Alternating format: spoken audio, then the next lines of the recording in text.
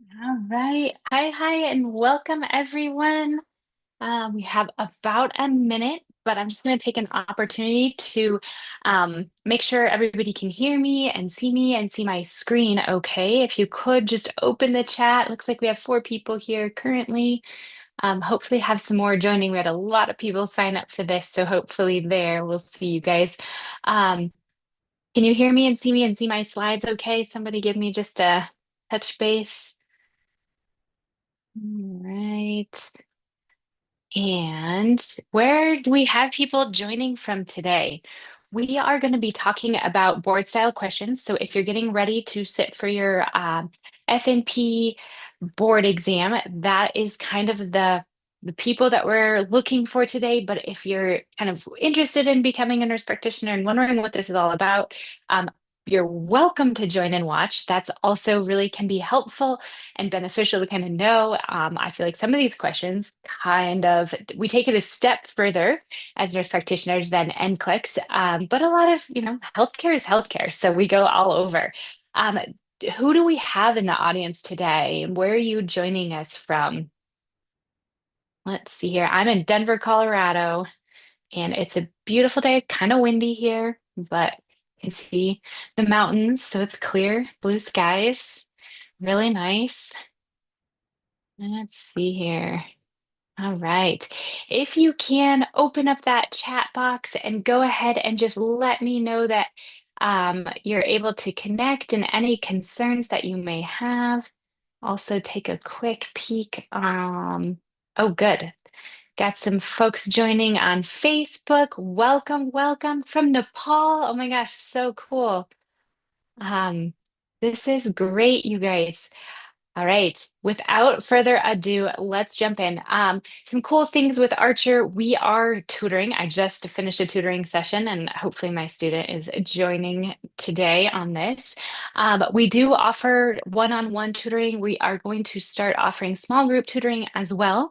And that's just an opportunity to really dive into questions, dive into content areas. And when we do these types of things, we can understand maybe where there's a knowledge gap and how we can kind of fill that in quickly. Um, for example, today we talked about Chad Basque score. So using that calculator, understanding what that is, why it's important, and how that helps us manage our decisions when we're talking about atrial fibrillation and anticoagulation. So I love the tutoring. I love working with people one-on-one. It's just a great opportunity. We also have our one-day live review. It's coming up on March 11th. That's just Hiva and I, and we do a like down and dirty breakthrough of everything that you need to know on your FNP exam. Very, very beneficial. We cover a lot of stuff. It does have that PDF of all the slides and the workbook that you can kind of go through on your own at a different pace because we go pretty fast that day. And if you're not already, we do always recommend about 25 to 50 board questions every day, reading through those rationales.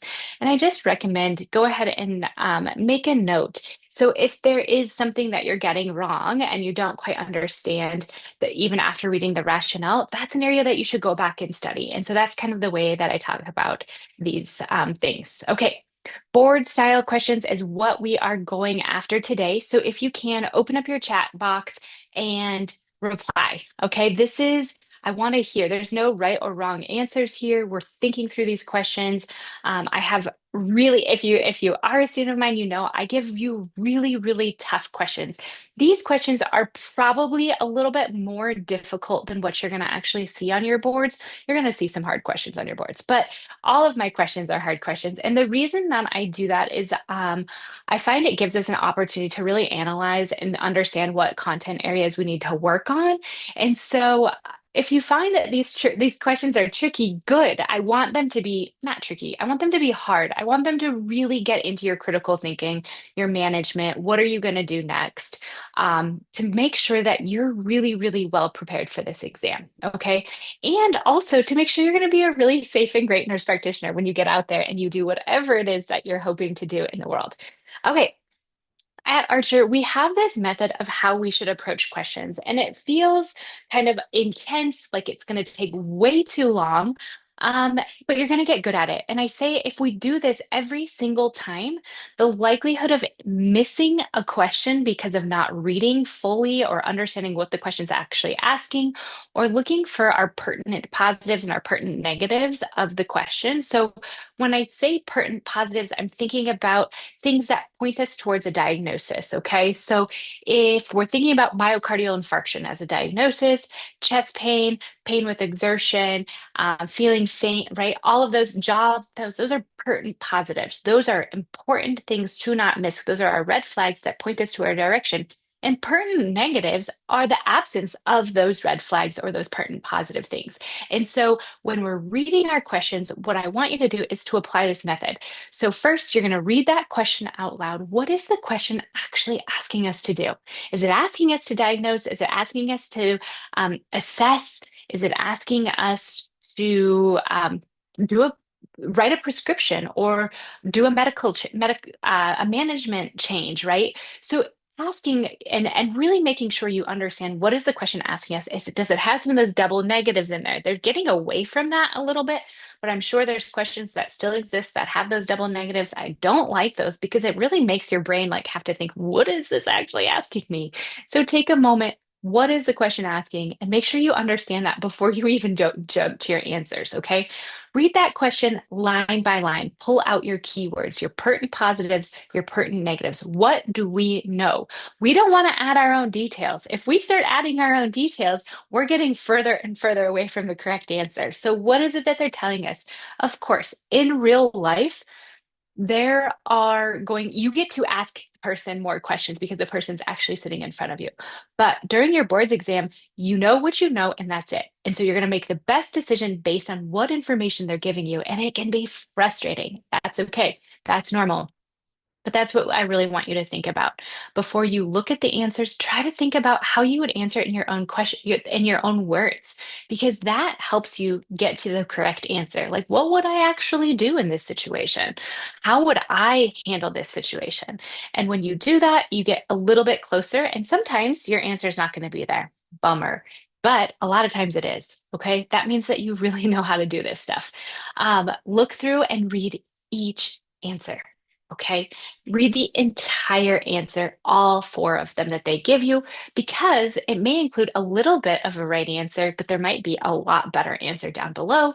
We don't want to just click the first answer that we think is right.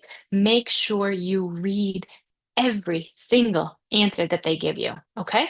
And if you don't know, you don't know. It's okay. They're going to throw in keywords, they're going to throw in vocabulary, they're going to throw in diagnoses that you've probably never heard about. And that's okay. Some of those are distractors. Okay. They're using those to distract you to try to understand, are you going to grab this key piece of information? Don't let that trip you up. If you don't know the thing, what do you know? Use the information that you do know to make the safest, best choice. I also tell everybody, you are sitting as a novice nurse practitioner, so they expect you to be a new nurse practitioner. You're sitting in a primary care clinic, so you typically don't have access to anything stat.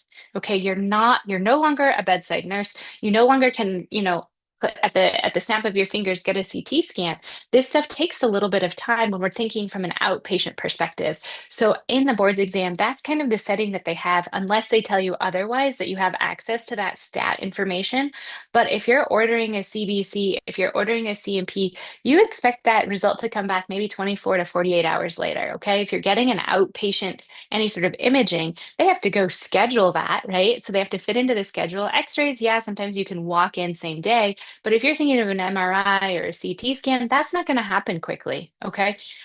You're not in the hospital setting. So if you want something quickly, then chances are you need to upgrade that level of care and get to a more acute level of care. Okay, so this is our method. This is what I want you to practice today along with me.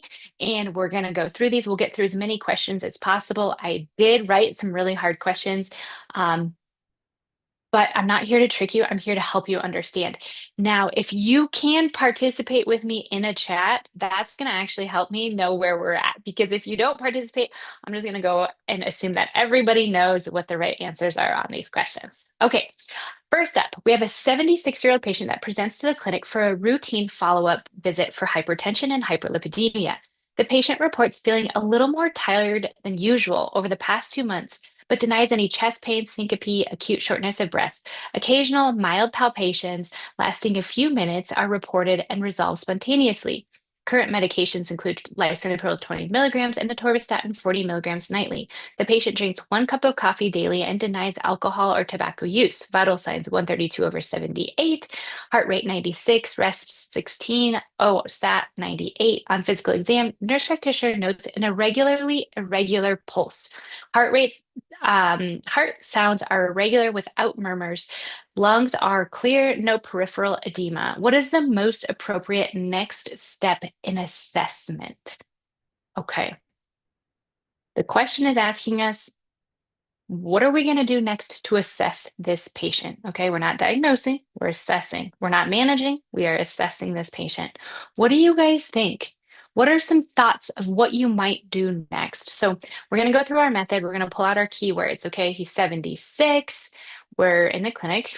Routine visit, hypertension, hyperlipidemia, feels more tired than usual. Okay, past 2 months, no pertinent negatives, no chest pain, no syncope, no shortness of breath. That's a pertinent negative. Okay. If those things were positive, things would look a lot different, right? We do have a pertinent positive, mild palpitations lasting a few minutes, reports that they resolve spontaneously. Other pertinent positives, he's on lisinopril and atorvastatin. Some coffee doesn't sound like much. Overall, lifestyle habits seem okay. Blood pressure for a 76-year-old, I'm happy with. His heart rate does seem pretty, that's high-ish. Resps are okay. OSAT's okay. What is a pertinent positive here? A regularly irregular pulse. What does that tell you? What are you guys thinking about with an irregularly irregular pulse? Any thoughts? What does an irregularly irregular pulse tell us? Let's see here.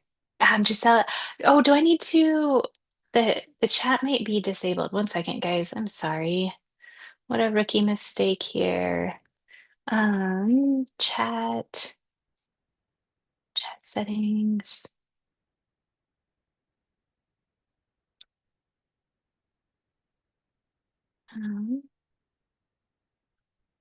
1 second. Let me do this because it is important that you guys can participate. I want you to be able to participate with me. Let me just make it so I can enable the chat here. Doo, doo, doo.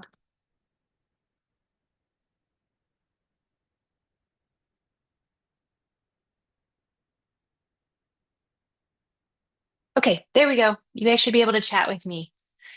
I appreciate the hand raise. That helped me. All right, can you guys?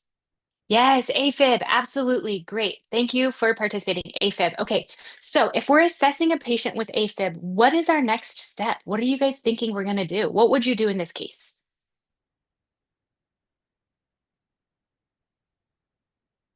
Mhm, mhm. Moment here.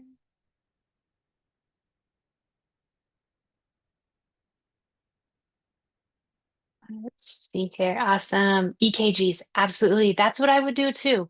A Chad VAS score. Awesome. What are you thinking about? What does the Chad VAS score tell us?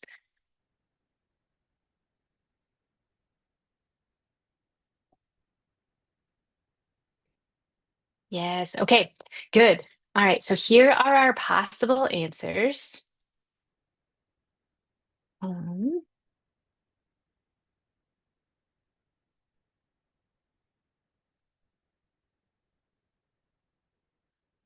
okay. Order a 12 lead, initiate metoprolol for suspected AFib, reassess pulse in 6 months at next routine visit, or order a transthoracic echocardiogram. What do you guys think?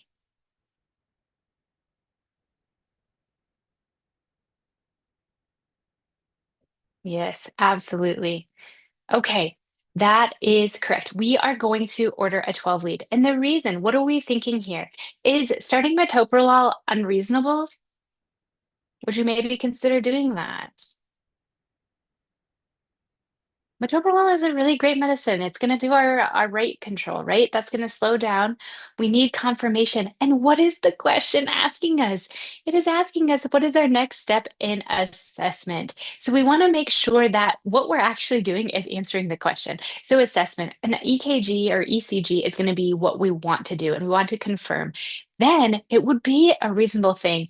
Metoprolol 50 milligrams twice a day. Absolutely. That might be something that we do, and get them into cardiology, right? We want to get them into cardiology, probably do a Holter monitor. I think the Chad Vask score, calculating that, absolutely. All of those things are really, really important. They're stable. That's one thing I'm going to say. This patient is stable in front of us. Now, if he wasn't stable, then what would be some considerations that we would do in primary care? What if he's like really having some shortness of breath, his heart rate's super high? What does that look like? Absolutely. We're going to send them out. We are not keeping that patient. We're not sending them home with a little metoprolol and waiting for a 5-day cardiac follow-up. We're getting them assessed right away in the ER because now they're symptomatic. So symptomatic AFib is going to be approached a lot differently than asymptomatic AFib. Okay, next up, we have a 54-year-old patient with type 2 diabetes presents with 3 days of fever, productive cough, thoracic chest pain, and fatigue. No recent hospitalization or antibiotic use is reported. Vital signs 100.8. Got a little bit of a fever.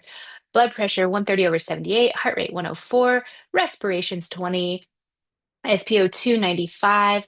Exam reveals crackles over the right lower lobe. Chest x-ray confirms a right lower lobe infiltrate. Patient is stable and tolerating oral intake. What is the most appropriate diagnosis and outpatient treatment plan? What are you guys? So first of all, it's asking us to diagnose and plan in one question. Gosh, I love hard questions. We're gonna diagnose and plan right here, or diagnose and give them something we're going to do about it. Okay. So, pertinent positives that we know. What do we know? We know that he's 54, he has diabetes, he has a fever, productive cough, thoracic chest pain, fatigue. Otherwise, pertinent negative, no recent hospitalizations, no recent antibiotic use. Pertinent positive, he's got a fever. He's a little bit tachycardic. His respirations are a little bit high. His OSAT 95, Colorado, that's normal. Um, Exam reveals our pertinent positives. We've got crackles. We've got a chest x-ray. We have lower lobe infiltrate. Okay. And another pertinent you know, a pertinent negative is that he's able to, he's stable. He's a stable appearing and he's able to tolerate oral intake. All right. So we are thinking that this is community-acquired pneumonia. That's what a lot of people are saying. And a lot of people are saying that we would do antibiotics. We have some choices of antibiotics, which I love. Way to go out there, put yourself out there and give us some. And answers are, possible answers, community-acquired pneumonia, prescribe amoxicillin. Community-acquired pneumonia, prescribe amoxiclav plus azithromycin. Acute bronchitis, prescribe azithromycin monotherapy. Community-acquired pneumonia, admit for intravenous piperacillin tazobactam. Tazobactam. I don't know. Some of these words are hard to pronounce, guys. What do you guys think here? A? Okay. What else? Some other thoughts.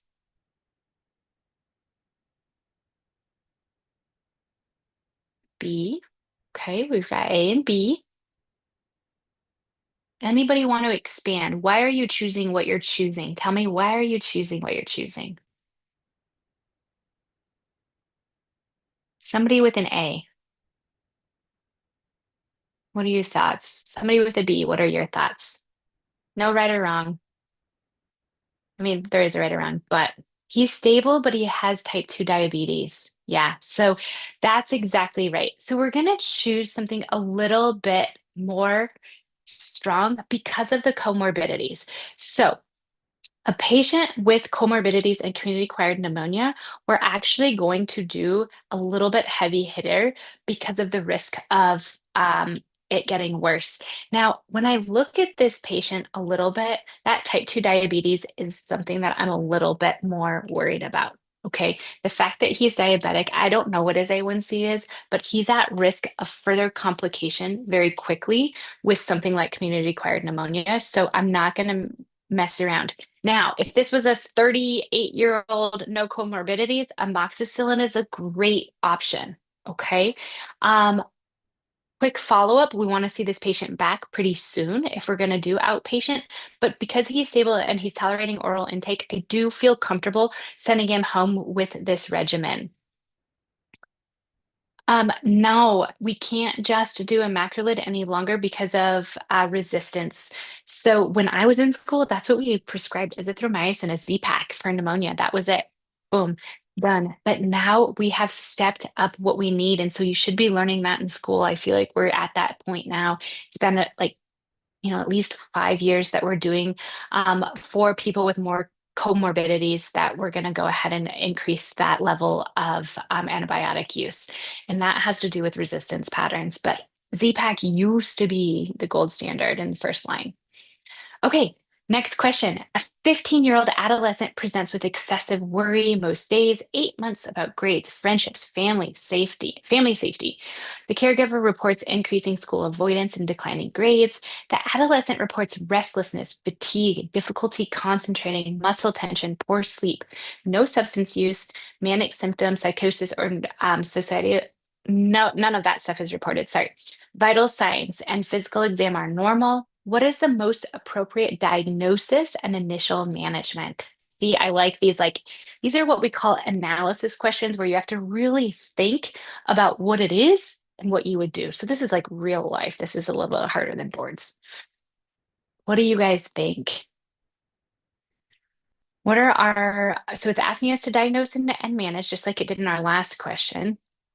And our pertinent positives, we have 15 adolescent excessive worry, present for about 8 months, worrying about all sorts of things, starting to like have an impact, right? So now we're thinking about function, restlessness, fatigue, difficulty concentrating, tension, not sleeping well, but no pertinent. So these are what we would consider really pertinent negatives. So these are pertinent positives, are pertinent negatives, no substance use. That's good. We want to rule out that this is not a substance use disorder. Kind of, if somebody's on some sort of, substances could definitely cause some of these symptoms. We don't have any history of manic symptoms or psychosis.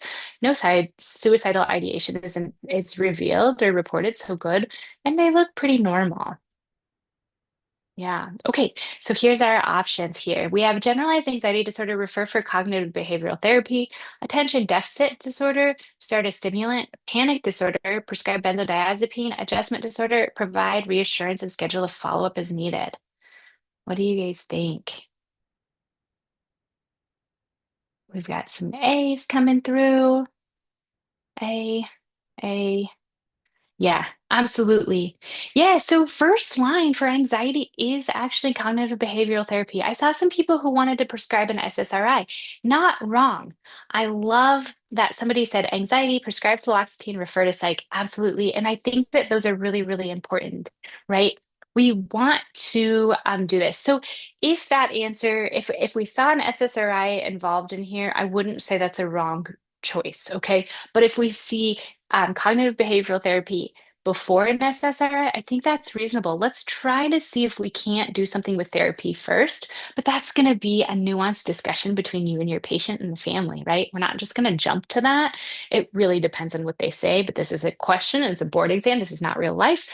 So A is definitely the right answer. Now, attention deficit is gonna anxiety can have a little bit of that attention deficit kind of property, right? But it doesn't seem to fit perfectly. Panic disorder, are we hearing about panic attacks? No. But what's a real red flag here is prescribing a benzodiazepine. You're not going to use that as a first line ever. Right. Benzodiazepines have a high addictive property, and we're not going to use that in a 15-year-old before we've tried all of these other things. So that's an absolute no. And adjustment disorder, it sounds like we're beyond that. We're beyond an adjustment disorder. Reassurance and schedule a follow-up as needed is not appropriate. That's not safe, and that's not addressing what it is our patient came to see us about. Okay. I could say, maybe if he came in after 1 month of this, we could ask. And if adjustment disorder did something big change in your life and it's kind of causing this, can we talk through this? Let's follow up. Always follow up if there's a concern, right? We're not just going to say, oh, come back as needed. When do we say come back as needed?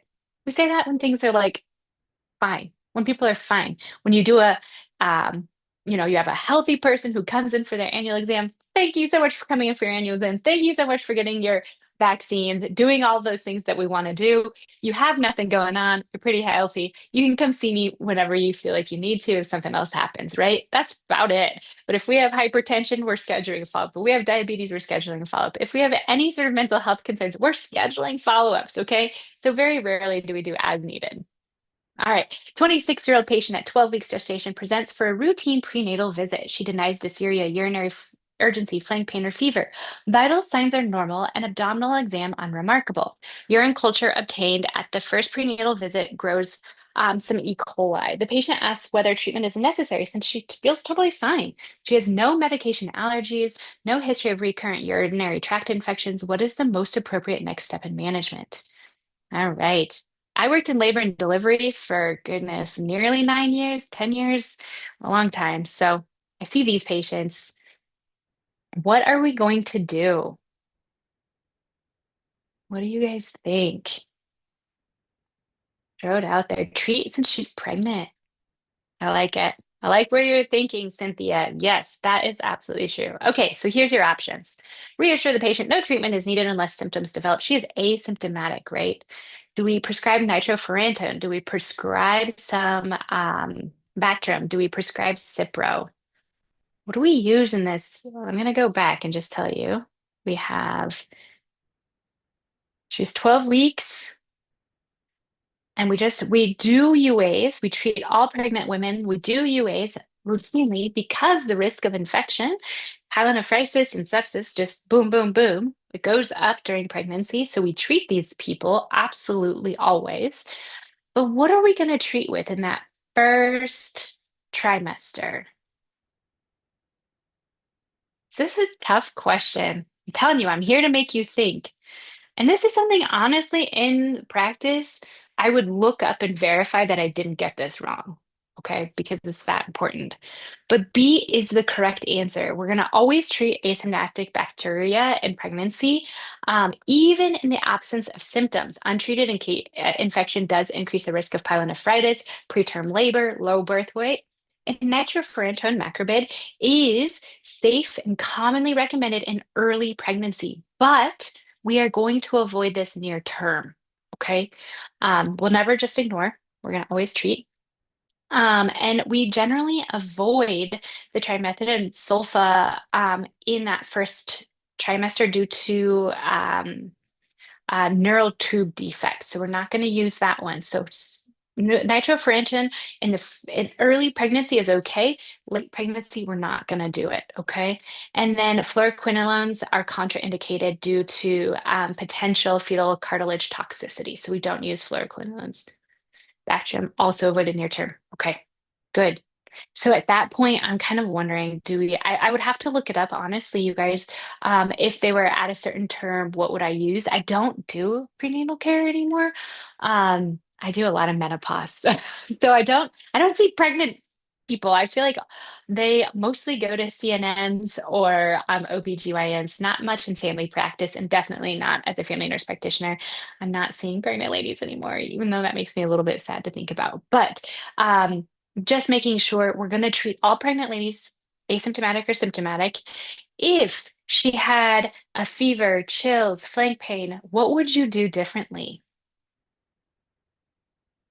If she had fever, chills, and flank pain, we would think that she has pyelo. What is your recommendation? A pregnant lady with pyelo?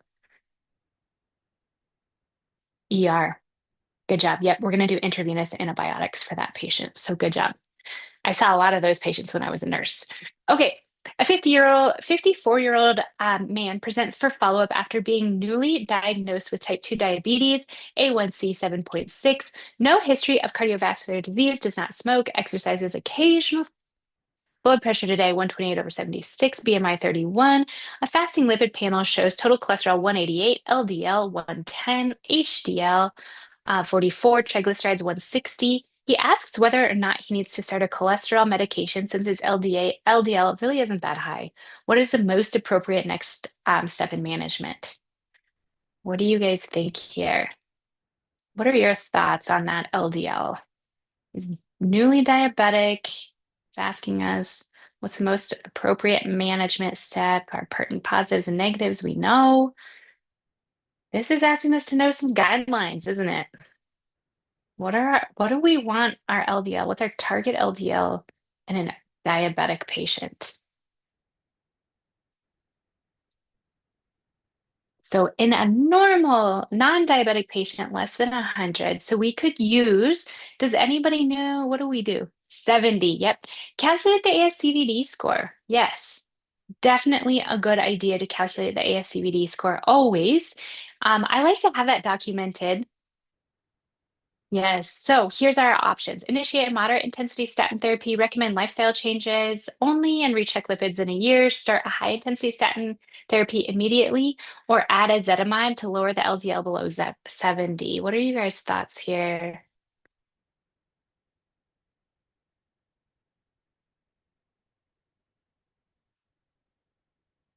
I I got some A's and I got a C, and I like that you're going to start a statin. Yes. Ezetimibe, no, we're not going to do ezetimibe on this patient yet. Maybe eventually later if his triglyceride levels are high, but definitely not. All right. So the goal for diabetics is to have an LDL less than 70. Okay. If they're above 70, they're at a higher risk. And your ASCVD risk is gonna be a little bit elevated, and that diabetes really puts us over.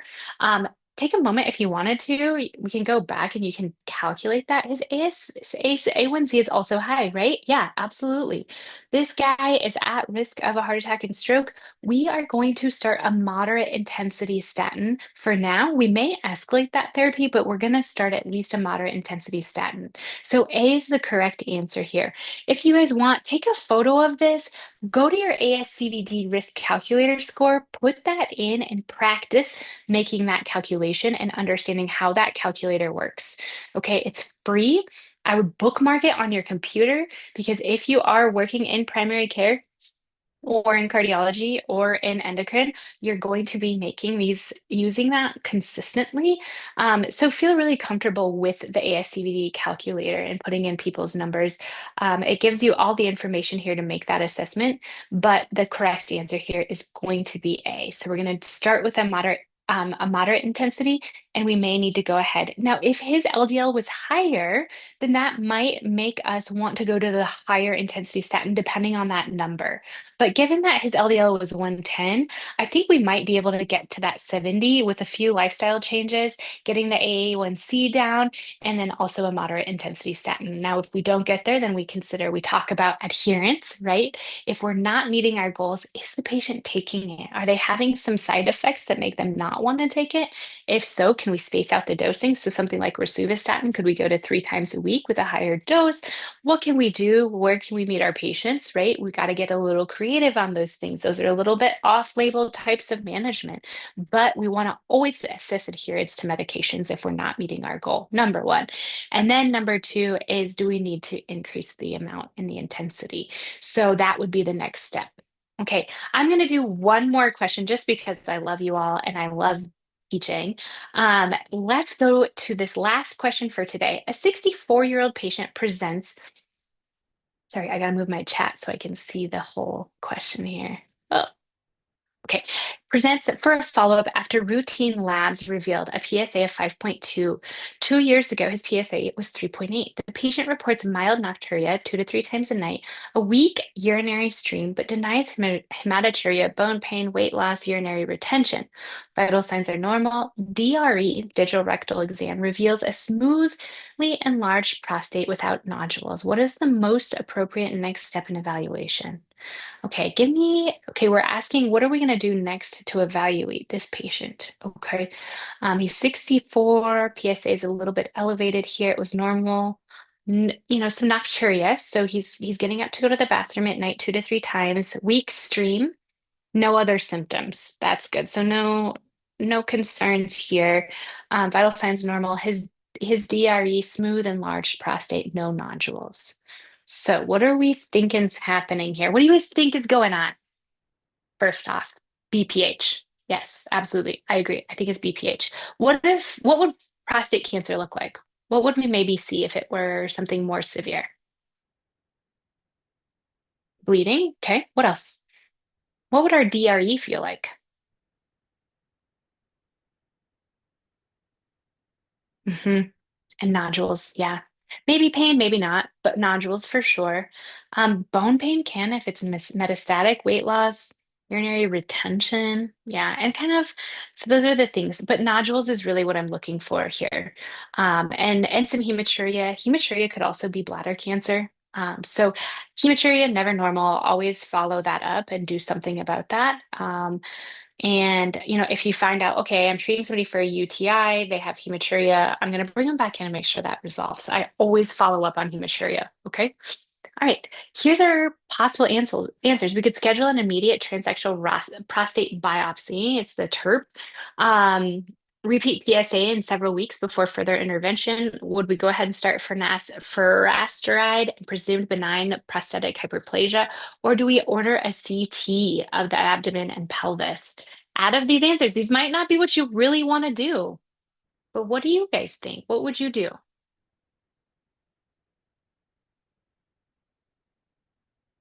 We've got a repeat of PSA testing. Go ahead and just start finasteride. Nobody's saying order a CT. Anybody want to get a biopsy on this guy? The PSA was 5.2.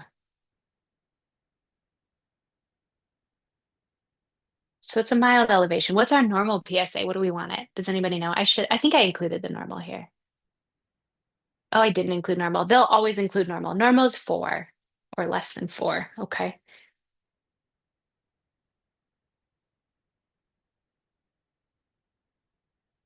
Okay. If it were me personally, and what the answer is going to be to repeat the PSA testing. Okay. This is a mild increase in PSA, and it can be related to this. Some education points when we are testing people's PSAs, we got to make sure that we don't do a really vigorous massage of that prostate before we send them to get their labs drawn. Like in my situation, you have your room and they walk 5 steps down the hallway, and that's where they're going to get their labs drawn. So I just did a DRE. It's possible I could elevate that PSA during that DRE. Okay. Ejaculation within 24 hours can falsely elevate, or temporarily elevate the PSA. Riding a bike. So if you have a cyclist, which in Colorado and Denver area, we have a lot of cyclists, and those guys go out for like 50, 100-mile bike rides and they're sitting there. Yeah, that's like kind of hard on that prostate, right? That can falsely elevate a PSA. So, what I would say is like, let's bring you back in about 4 weeks. You have no other signs or symptoms. I might want to treat that nocturia. So, but finasteride wouldn't be my top choice. What would I consider? What would you consider for treatment for that for the nocturia and waking up a bunch? What might you give them? Tamsulosin, absolutely. So, Flomax is what I would start, a low dose of that, see them back in a couple of weeks. Is the bacteria getting better? Yes, that's great. If not, what I would recommend is we repeat that PSA, and I give them the education points. Make sure you haven't ridden a bike. Make sure you haven't had an ejaculation prior to this next exam, and we won't do a DRE before the next exam.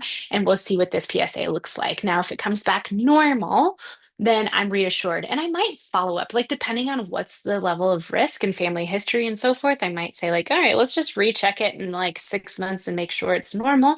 I might, depending on what's all going on in that clinical picture, maybe we'll recheck it in 3 months. Like, what is your clinical concern here?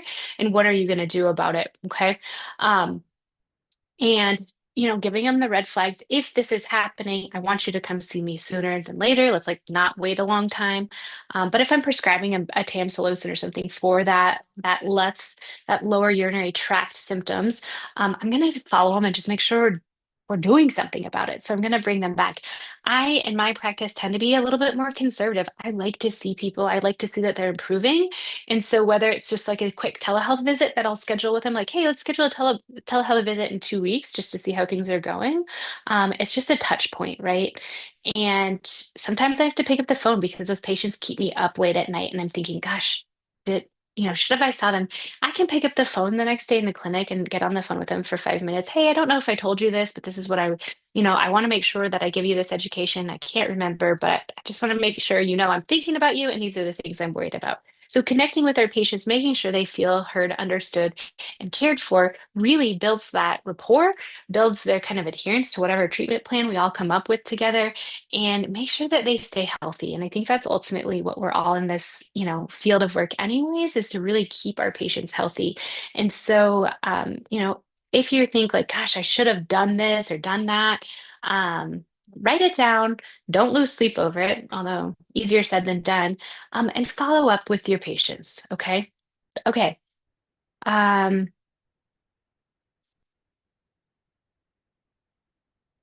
Oh, okay. Somebody just said that ACC and AHA guidelines for patients 50 to 70 with LDL greater than 70 can go straight to a high intensity. If he was 40 to 45, he could get a moderate intensity.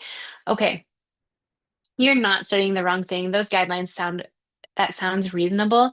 Let me just pull up um, these things here. Doo-doo-doo. Yes.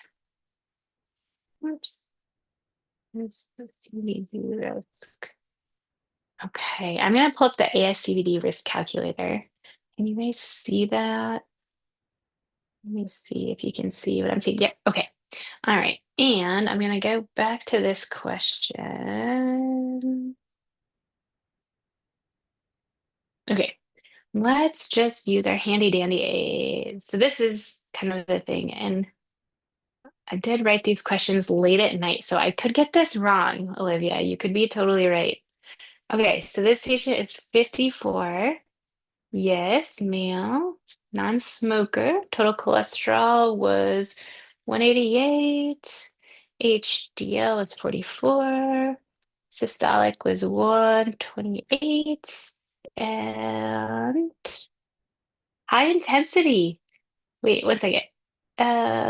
Yes. High intensity. Okay, you're right. This should have been a high intensity statin. I got it wrong. Thank you so much. Okay, so this is why we double check our work, right? And this is why I have the ASCVD risk calculator score there. So I appreciate you calling me out, Olivia. That's awesome. Um, so if, in fact, in this patient, let me go back to this question for you all. So this is how we use our ASCVD. If you don't use it, please, please, please start using it. This is so important. And that's how we make decisions to keep our patient. So um, we are going to start a high intensity. I misspoke, and this is what you would do in this patient. So because of that risk category score, that is what you're going to do. Okay. Um, and so give me an example of a high intensity statin that you might consider. Yeah, it wouldn't be harmful to do moderate though. I agree. And I think that's like in practice,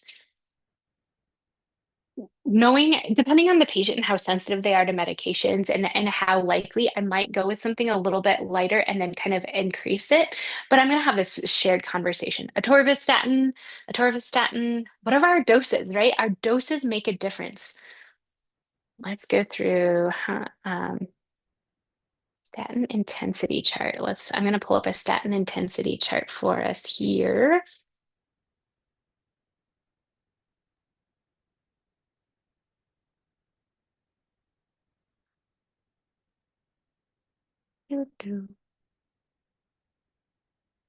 Nope, that's not what I'm looking for. Oh, here we go. So we increase the intensity based on a lot of the dosing. So rosuvastatin and atorvastatin are going to be our high intensities at the higher doses. So for atorvastatin, 40 to 80 is going to be considered. So I'd start at 40 milligram if I was going to go for atorvastatin. I almost don't choose atorvastatin because of is it the grapefruit juice? I go for rosuvastatin. It's well tolerated, it has less drug-to-drug interactions. So I would go ahead rosuvastatin 20 milligrams is going to be the best choice here. That's probably what I would do, and then we can increase from there. So, like we talked about going from a moderate to a high intensity. You're going to start on your lower doses and then increase to try to get yourself to a goal. Okay. We don't ever want to just like go for rosuvastatin 40 milligrams unless we're super, super concerned. But a rosuvastatin 20 milligrams, repeat in 3 months, see where we're at. Maybe follow up on that CMP along with the lipids, make sure we're not having any like liver inflammation. But a transient liver inflammation is to be expected as long as it's not too high, right? And I think Hiva always hits that point, and she has a really great question around that. But making sure that we're not discontinuing a statin when we have that transient kind of expected increase in liver enzymes just as we're getting that medication on board. Typically, that will resolve on its own.